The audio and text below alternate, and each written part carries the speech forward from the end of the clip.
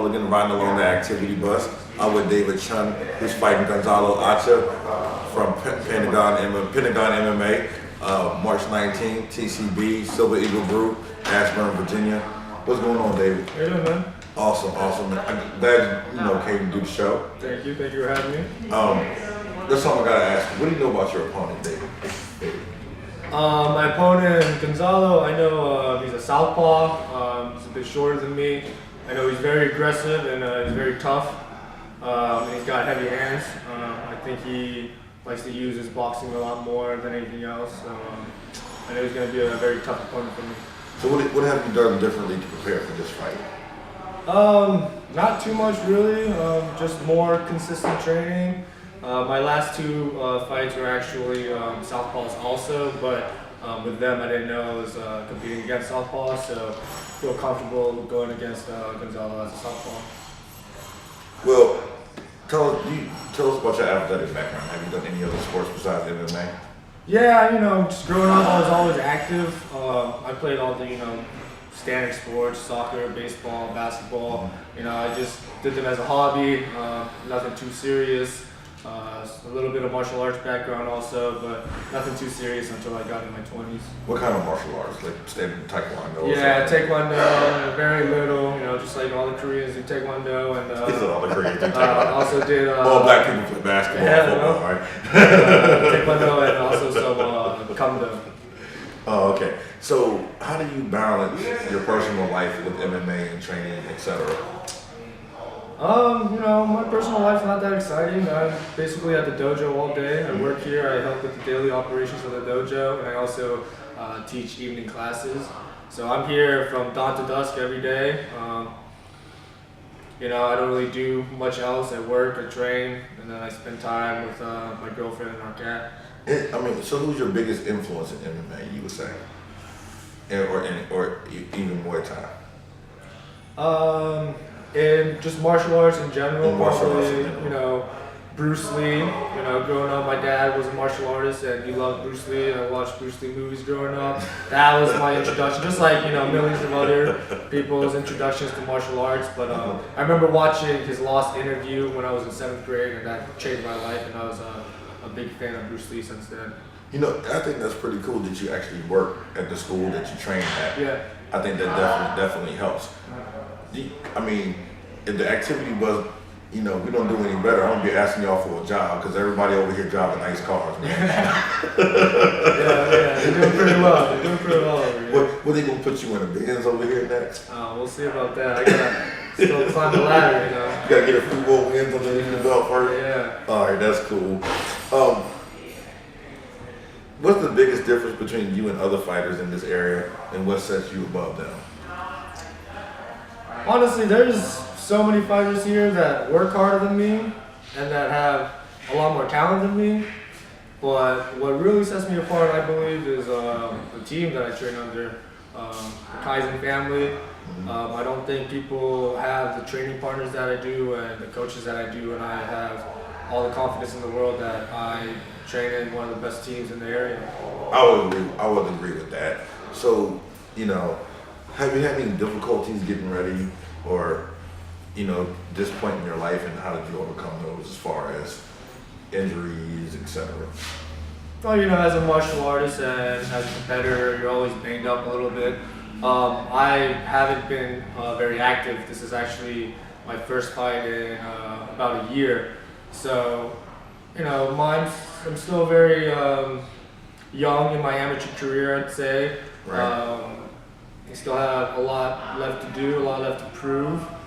So I think more of the hardships are gonna come up in the near future. So what do you do? It's kind of sometimes a lot of people do martial arts for fun, right? It's just a hobby, but to you it's life right now. You actually teach it, Yep. You actually live it. Yep. So what is your go-to besides martial arts? My go-to to get away from martial arts. My girlfriend, my beautiful girlfriend Alexis. I'm at the dojo all day, and I got home to her. That's a good man right there. I'm at the dojo all day, and I go home to her. Yeah, You're making her very happy right now. I tell you. We're both, kind of hermits. I'm not a very Right.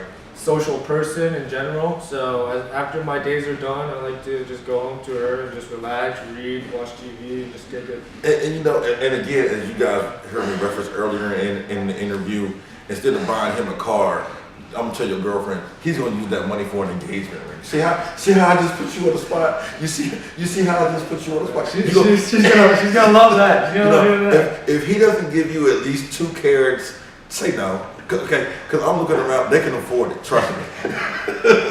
So if you don't get 2 carats, don't even mess with it. I'll have to ask for a loan from the senseis. Me too. Who are your biggest supporters? My number one supporter is my girlfriend Alexis, for sure. My really close-knit group of friends, all of my coaches here, and the Kaizen teammates that are on this journey with me every day. Man, he is really kissing up for his girlfriend. Is Valentine's Day? I don't know. I mean, this dude is giving his girlfriend a lot of sounds. She supports me a lot, man. But you know what? They say behind every great man is a great woman, so maybe there's something to that. That's right. Yeah. Do you have any thing else you'd like to say, for the people that are watching? I haven't fought in about a year. I feel like I've grown a lot as a martial artist and as a combat athlete. I'm hoping to show you guys, new things that I've been working on and my growth in athleticism. And I know Gonzalo is a very tough opponent. He's very aggressive. I feel like I'm very tough, and I tend to be very aggressive as well. I know we can both hit hard, so expect heavy shots, and I'm always trying to go there and win with a knockout. That's what's up. Now we got the formatics out of the way. It's time to have a little fun. All right. What drew you to this school? Honestly, I came. Let me see. I came back from vacation and I didn't have a job lined up, and I checked on Craigslist. And when I checked on Craigslist, that was a little over 3 years ago, and the Fairfax Kaizen Dojo was opening up, and they needed help. So I emailed them, and Sensei Najim Wali contacted me right away, and that was the start of this whole journey from Kaizen. And I'm very blessed and fortunate to have been here for that long, to be under Sensei Najim and Sensei Nima. And one thing, before I ask you the last question or whatever, I will give them a shout out, because I know they really helped a lot of fighters get their lives focused. There's stories about fighters sleeping in the gym and taking showers in the gym, and they help a lot of their team fighters out and through family issues or whatever. So it's a big family-oriented thing here. Yeah, I truly believe people come here and stay here because they really get the family sense from the Kaizen Right. Before you go to train, I know you got some cool guys in the back to train with. I'll be here all day if I gave everybody a shout out. But the last final question, right? Who loves themselves more, Kanye West or Kevin Chun? Hard question, man. Hard question. Who loves themselves the most? That's a hard question, man. All right.